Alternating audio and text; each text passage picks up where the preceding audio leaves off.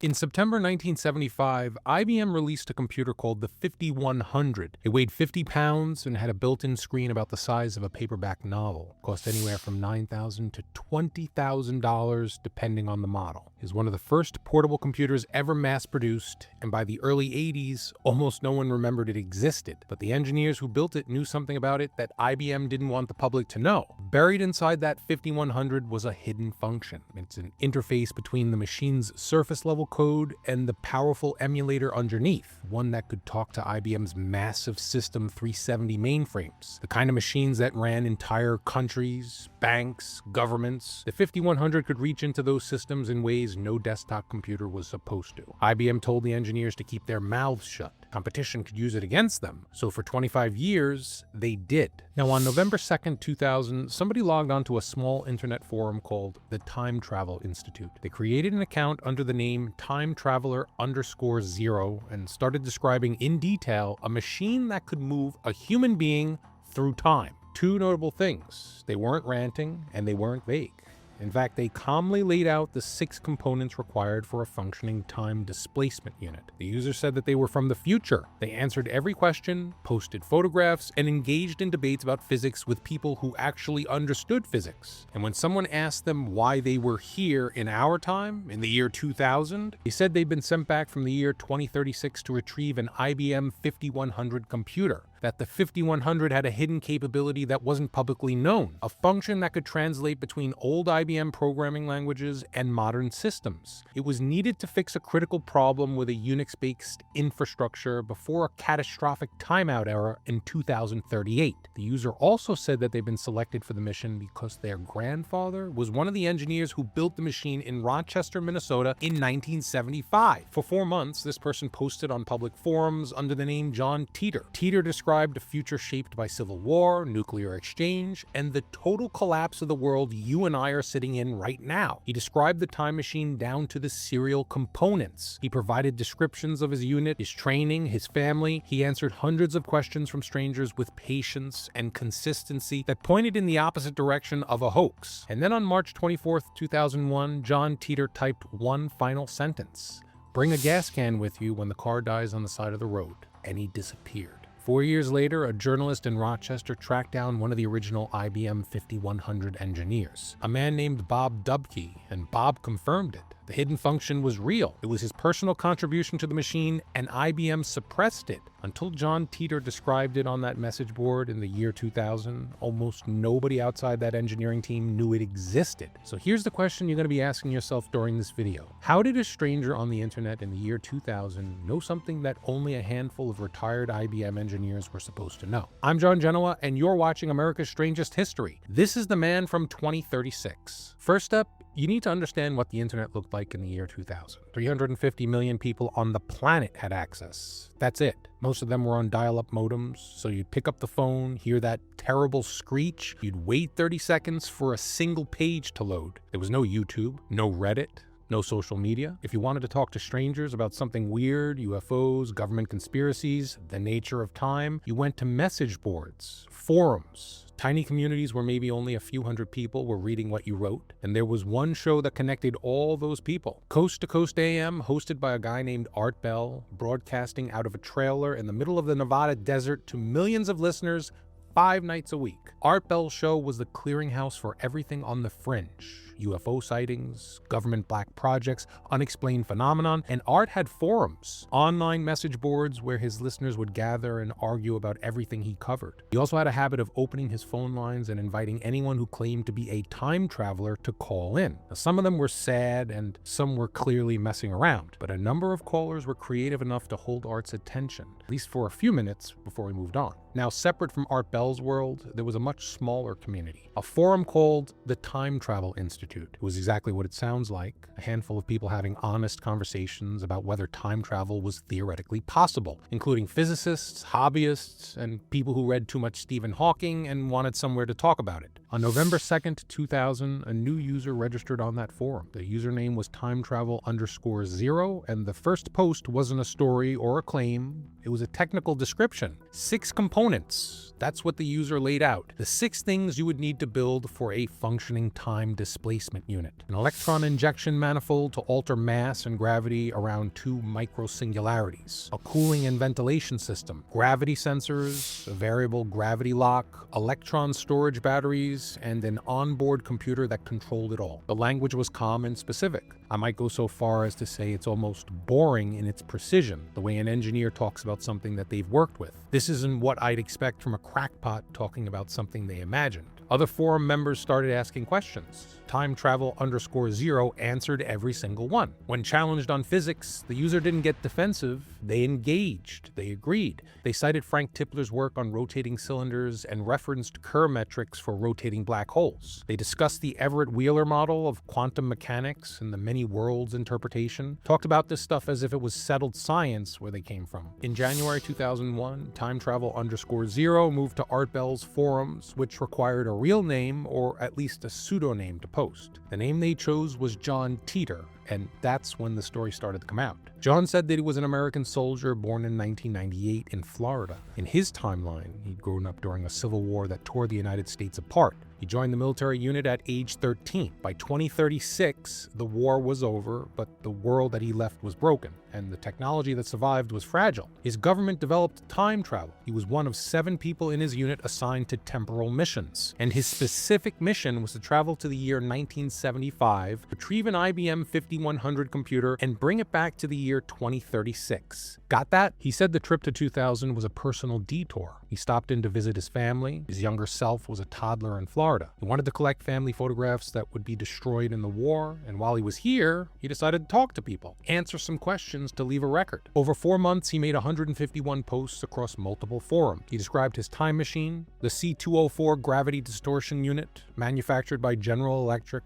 mounted first inside a 1967 Corvette, later transferred to a 1987 four-wheel drive truck. He posted photographs of the device. He posted what appeared to be pages from an operations manual and described the physics of how it worked in enough detail that actual physicists were engaging with him, not agreeing with him necessarily, but not dismissing him either. And here's the thing that set John Titor apart from every other person that ever called Art Bell's show or posted on a conspiracy forum claiming to be from the future. He didn't want anything. He didn't ask for money. He didn't ask for followers, and he wasn't promoting a book or a website. He didn't beg people to believe him. In fact, he said the opposite. He told people directly, it's a mistake to give anyone your unwavering belief. He engaged with skeptics respectfully. When somebody accused him of being a fraud, he didn't fight. He just kept answering questions, and his answers were consistent across hundreds of posts, across weeks and months. The internal logic of his story never contradicted itself. The technical details stayed the same. The timeline stayed the same. The character never broke. That kind of consistency is hard to maintain in a lie, especially in real time, especially when dozens of people are actively trying to catch you in one. On March 24, 2001, Titor posted for the last time. No dramatic goodbye, no grand reveal, just that one strange, quiet sentence. You already heard it. Bring a gas can with you when your car dies on the side of the road. And then he's gone. The account went silent. No one using that name ever posted again. And for a while, not many people noticed. The forums moved on, life continued. But over the following months and years, people started going back and reading through everything he'd written. And the more they read, the more they couldn't shake the feeling that something about this was different. Because John Titor didn't just make claims. He made specific verifiable claims about a computer that shouldn't have been on his radar. And the biggest one, the hidden function inside the IBM 5100, was about to be confirmed by the man who built it.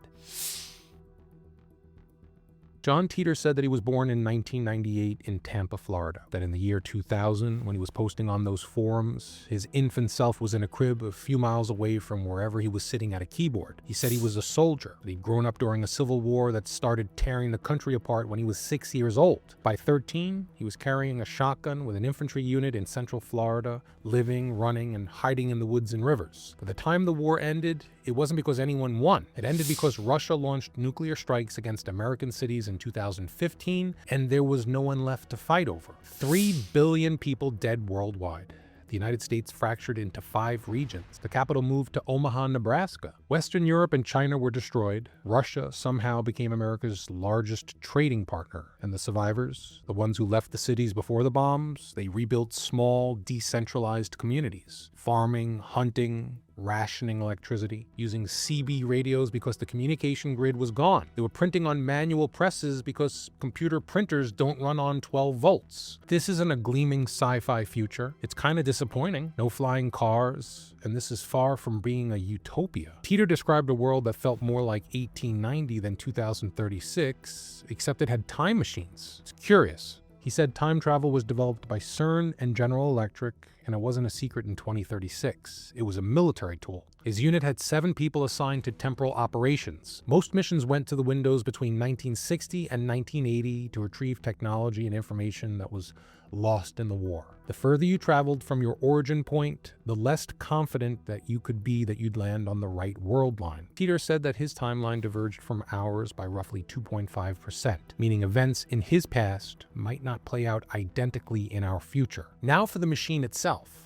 Titor called it a C204 gravity distortion unit. He said General Electric manufactured it. He described it as a stationary mass temporal displacement unit powered by 2 topspin dual positive singularities. Those are miniature black holes, contained and rotating. It created what he called a standard offset Tipler sinusoid. It's a gravity field that bends space-time enough to move through it. If that sounds like gibberish, here's why it wasn't dismissed outright. Frank Tipler was a real physicist at Tulane University. In 1974, Tipler published a real paper proposing that a massive rotating cylinder could theoretically create closed time-like curves. Now, these are paths through separate timelines that loop back on themselves. The Kerr metric, describing the geometry around a rotating black hole, is real general relativity. The Everett Wheeler many worlds interpretation is a real framework in quantum mechanics. So Titor wasn't making up terminology. He was stitching together actual theoretical physics into a machine that didn't exist but sounded like it could. And then he posted pictures of it. Photographs showed what appeared to be a device mounted on the back of a vehicle, a metal housing with wiring and components labeled with what looked like military serial designations. He also posted what he said were pages from the unit's technical manual and a schematic showing the gravity distortion field that the device would generate around the vehicle. Forum members analyzed those images in detail. Some called them obvious fakes, but others pointed out that the level of effort involved in fabricating that kind of documentation, consisting of labeling, plausible engineering diagrams, components that corresponded to physics being described, that was way beyond what you'd expect from someone trolling a message board in the year 2000. And then there was the way he talked about himself. Titor wasn't performing, and he didn't narrate his own story like a movie. He mentioned his family the way a real person would, casually, in passing. He talked about his mother, said he promised his grandfather he'd warn future generations about what was coming, said the personal reason for the stopover in 2000 was to collect those family photographs that wouldn't survive the war. He said that love in this time was a challenge,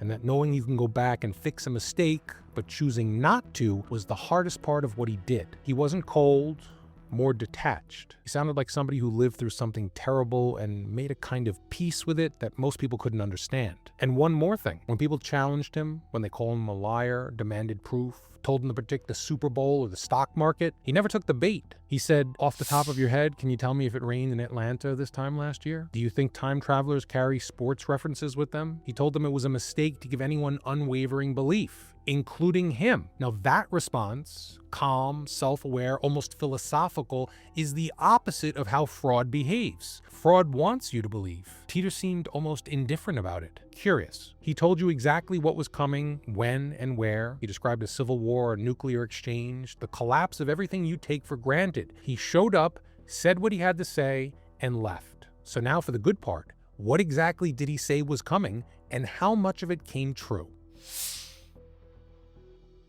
When people went back through Titor's posts in the years after he disappeared, they weren't just looking for big predictions, like war, bombs, collapse. They were looking at the smaller things, the offhand comments, the details that didn't make headlines at the time, but aged in ways no one expected. In early 2001, Titor warned repeatedly about mad cow disease spreading through the American beef supply. He said people were willfully eating poisoned food and nobody was paying attention. In December 2003, the first confirmed case of it was found in a cow in Washington state. The USDA issued an emergency response and beef exports were suspended. It wasn't the epidemic Titor described, but the timing is curious. He talked about the 2004 presidential election as a turning point. It's a fracture that would deepen the divide between Americans that couldn't be walked back. That election, Bush versus Kerry, became one of the most bitterly contested in a generation. Titor didn't name the candidates, but he nailed the temperature. He asked forum members in November 2000 a strange question. I am curious, will anyone be upset if Florida's votes are not counted in the Electoral College because of the current confusion? He posted that during the Florida recount,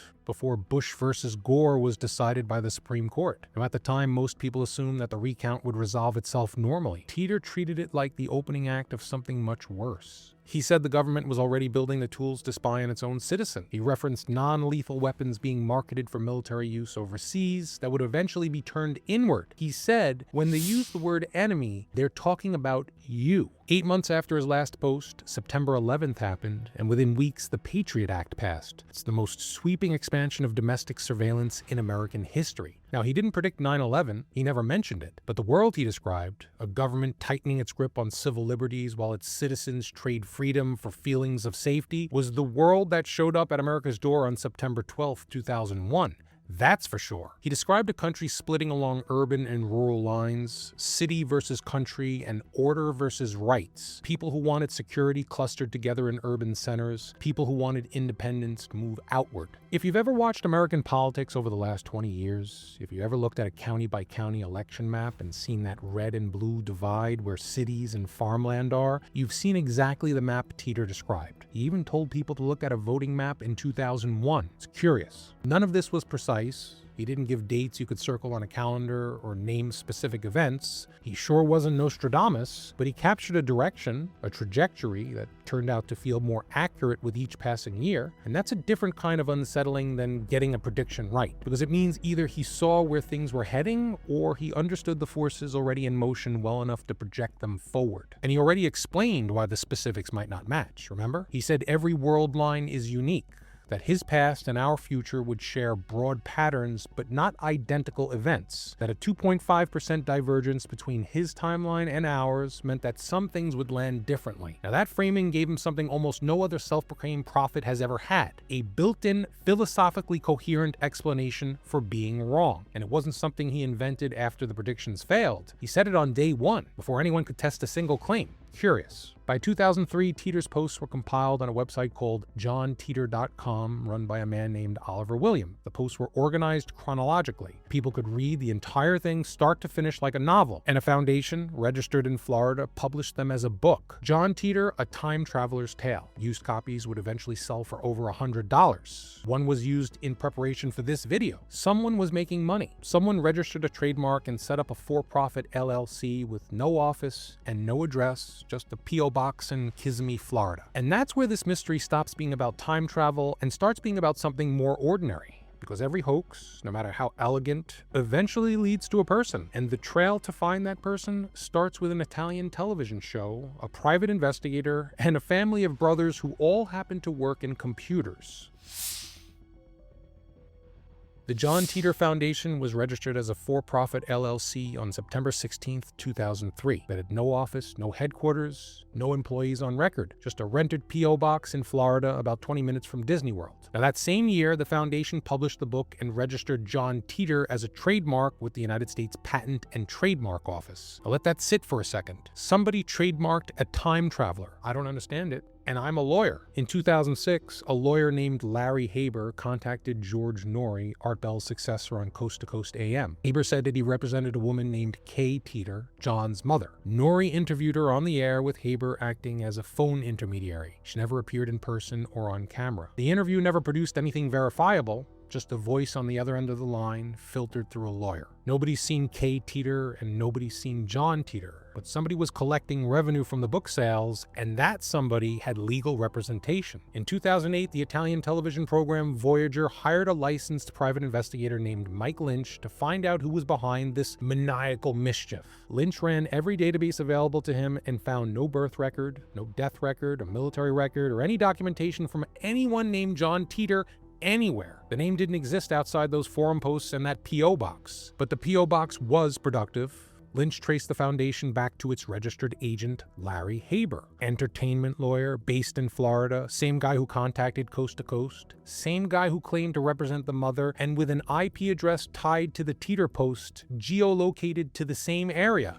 Bingo. Lynch also found out that Larry had a brother named John Rick Haber, who happened to be a computer scientist. He concluded that the two brothers were very likely the men behind the whole thing. Larry handling the legal business, and maybe John Rick providing the technical knowledge. The Voyager episode aired in Italy on May 19th, 2008. Didn't get much traction here in the States, but it caught the attention of an independent investigator named John Houston, who went by Razimus online and ran a website called Hoax Hunter. Houston was picking at this since 2009. He found the same P.O. box that Lynch found and pulled one additional detail. It was once registered directly to John R. Haber, not the foundation, to a person. That name and that address. Houston kept digging and found a third brother, Maury Haber. And Maury was interesting. Not just a computer guy, a computer security expert, a professional writer who published extensively about network management, IBM systems, Unix vulnerabilities, and infrastructure protection. Basically, the exact constellation of knowledge that you'd need to write convincingly about hidden capability inside an IBM 5100 and a Unix timeout era in 2038. Houston did something nobody else tried. He took every publicly available blog post that Maury wrote between 2010 and 2012 and placed them side by side with every forum post Titor wrote between 2000 and 2001, 9 years of separation. He ran them through a plagiarism detection program called WCopyFind. It's an open source software built by a University of Virginia physics professor. It was designed to identify shared linguistic patterns between documents, and the results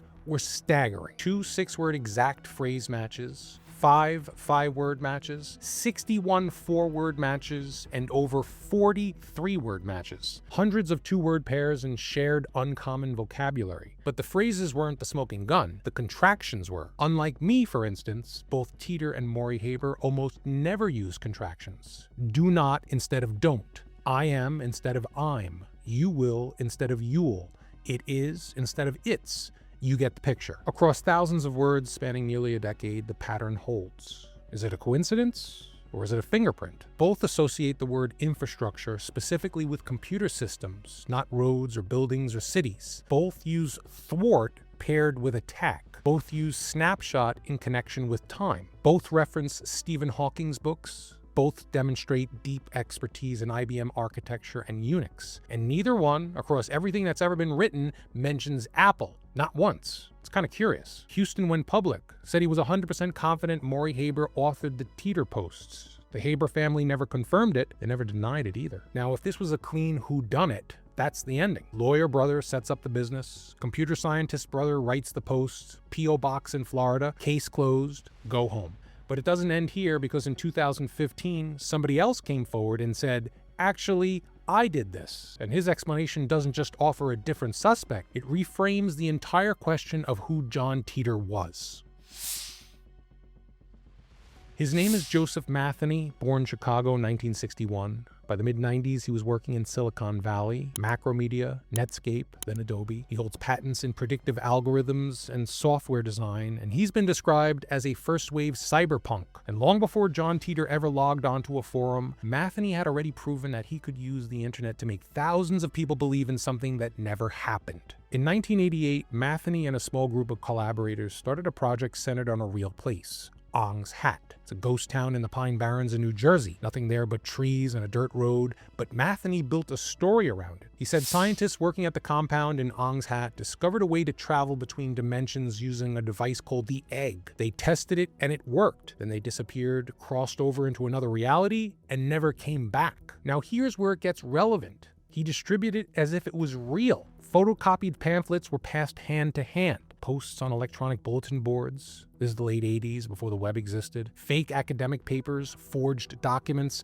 call-in to radio shows. He even faxed materials to media outlets. Over the course of more than a decade, the story accumulated layers. Other people contributed, the narrative mutated, and eventually Matheny couldn't control it anymore. By the late 90s, people were showing up at his house, and not fans. I'm talking true believers. People demanding to know the truth about interdimensional travel. He had to chase one intruder off his property at gunpoint. Conspiracy theorists were combing the Pine Barrens looking for the laboratory. Forums were filled with people who genuinely believed that they were investigating a real government cover-up. This is now recognized as the first alternate reality game in history, an ARG, a narrative designed to blur the line between fiction and reality by using real-world platforms like forums, faxes, phone calls, physical documents to distribute a fictional story as though it were fact. Matheny didn't invent the term, but he invented the form. He shot Ong's hat down in 2001, said he learned the hard way that you can't really pull the wool over anyone's eyes right now because nobody knows what to believe. 2001, the same year Titor stopped posting. In 2015, Matheny appeared on a podcast called Project Archivist, and for the first time publicly, he said he was part of the team that created John Titor. He said that there were 4 people. The project started around 1999 as a direct extension of what he'd learned from Ong's hat. Same methods, same philosophy, but with one critical lesson applied. Don't use your real name. Don't put yourself in the story and make the character disappear at the end. Leave no one to point to. He said his specific role was building the character profile,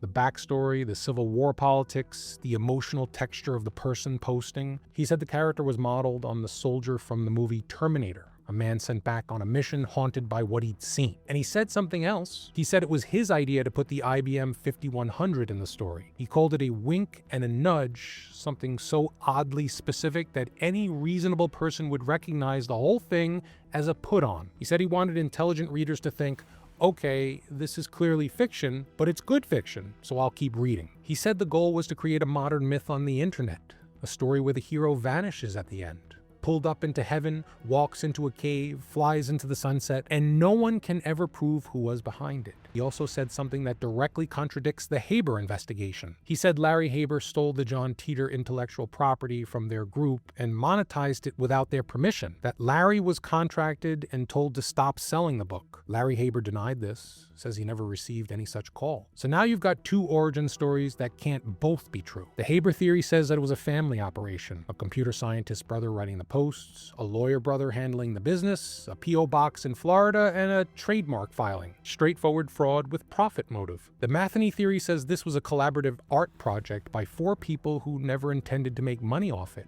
It's a deliberate experiment in internet mythology that got hijacked by a lawyer who saw a business opportunity. Now there's circumstantial evidence supporting the Matheny's version. His earlier project, Ong's Hat, contains 2 elements that later became central to the Titor story, a reference to IBM and the Everett Wheeler Many Worlds model. It's in the same paragraph of the same document written years before Titor appeared. In the original Titor forum thread, a user named Sally Stanton posted the comment that reads, "Watch me pull a rabbit out of Ong's hat." Stanton was later flagged by investigators as one of 88 suspected plant accounts in the threads. Matheny says he didn't write that post, but won't say who did. On his own website years later, when a YouTube channel covered the Titor story and mentioned his involvement, Matheny's only public comment was, "As far as the veracity of this claim, I plead the 5th. Even the podcast host who interviewed him said that he believed Matheny was involved, but he also said that Matheny is a self-described trickster and culture jammer, and that if it turned out that Matheny's claim and involvement was in itself a hoax, quote, it wouldn't surprise me a whole hell of a lot." That's the thing about Joseph Matheny. He spent his entire career building stories designed to make you unsure whether you're looking at fiction or reality. And when he tells you he created John Titor, you can't be sure if that's the truth or just another layer of the game. So where does it leave us? We've got a P.O. box in Florida that leads to a family of brothers. We've got a linguistic fingerprint that matches one of those brothers across a decade of writing. We've got an ARG pioneer who says he started the whole thing and had it stolen from him. We've got a dead account on a dead forum, 151 posts, and a last line about a gas can. What we don't have, what nobody has, is a confession, a clean, verified, undeniable answer to the question of who sat down at a keyboard on November 2nd, 2000 and started typing. Maybe that's the point. And there's one thing that we still need to talk about. And it's the one thing that should have killed this story 20 years ago. Remember Bob Dubke, the IBM engineer who confirmed the hidden function? He did more than just confirm it. When the reporter showed him Titor's post, Dubke read through them and wasn't impressed. He said the writing was too simple to have come from anyone on his engineering team. He said that no IBM engineer would have used the phrase legacy code. That's a term from outside the field. Said whoever wrote these posts got their information secondhand, not from working on the machine, maybe from reading about it. He even mentally went through the list of former colleagues, the guys he built the 5100 with in the 70s, trying to figure out which one had the right sense of humor to pull something like this off. He landed on one candidate, a guy he described as having a caustic sense of humor. Then he read more of the posts and ruled them out. It's too simple, not detailed enough, derived from information that was already on the internet. IBM declined to comment, and it gets worse for believers. In 2026, a researcher on Reddit performed what might be the most thorough technical examination of the IBM 5100 ever conducted outside IBM itself. Full forensic disassembly of the machine's actual ROM binary dumps. That's 43,000 lines of code analyzed against 3 independent emulators. Every chip, every instruction, every memory address. The conclusion? The 3-layer emulation architecture is real. The System 370 emulator for APL is real. The System 3 emulator for BASIC is real. The engineering is genuinely impressive for 1975, but there's no hidden functionality behind what IBM documented in its own internal service manuals. Now, there's a diagnostic mode that you can access with a keyboard shortcut. It's in the maintenance manual. It's never a secret. Standard service tool for IBM technicians. There's no God mode, no backdoor,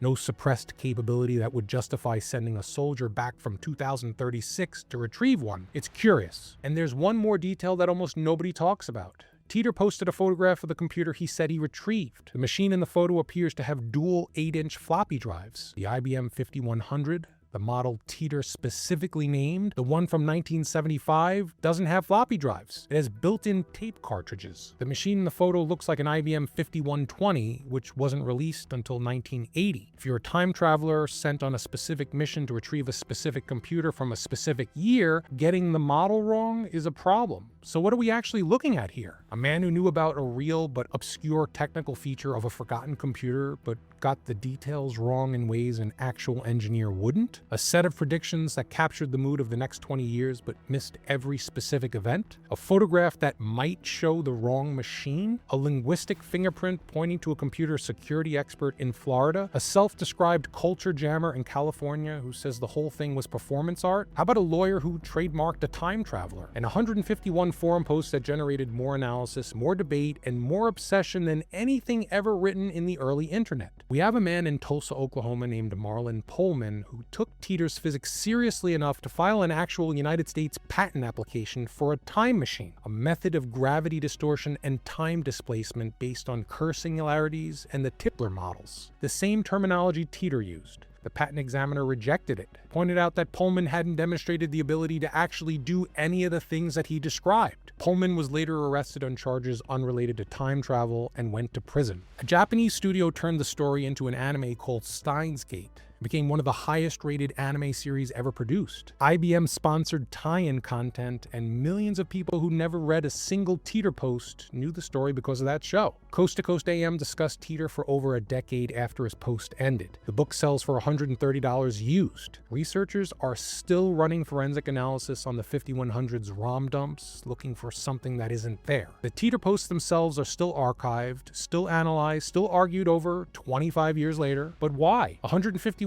post, 4 months, no money asked for, no identity revealed.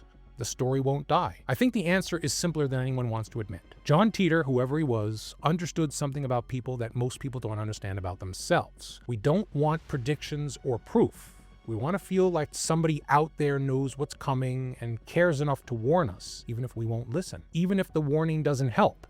The act of warning, of showing up, saying your piece, and leaving is enough. It means somebody was paying attention. Titor told us that the world is going to fall apart. It didn't. Not the way he described. But he also told you not to believe him. Remember? He said that on day one. He said the nature of time means every world line is different. He said you're in control of how you get where you're going. He practically begged us to treat him as fiction, but we didn't. Nobody did this because the story was better than the truth, and on the internet, that's all it takes. Joseph Matheny understood that. He learned it the hard way in Ong's Hat. You put the right story in the right place at the right moment, and it doesn't matter if it's real. It becomes real to people who need it to be. John Titor's last words were advice, not a prophecy or a riddle, just a quiet, practical thing you'd say to somebody you're never going to see again. Bring a gas can with you when the car dies on the side of the road. Nobody brought a gas can, but 25 years later, we're all still standing on the shoulder, looking under the hood, wondering what went wrong. This reminds me of a previous video we did on Cutchy's key lime pie. It's another bizarre internet rabbit hole. I'm John Genoa, and this has been America's Strangest History. Catch you next time.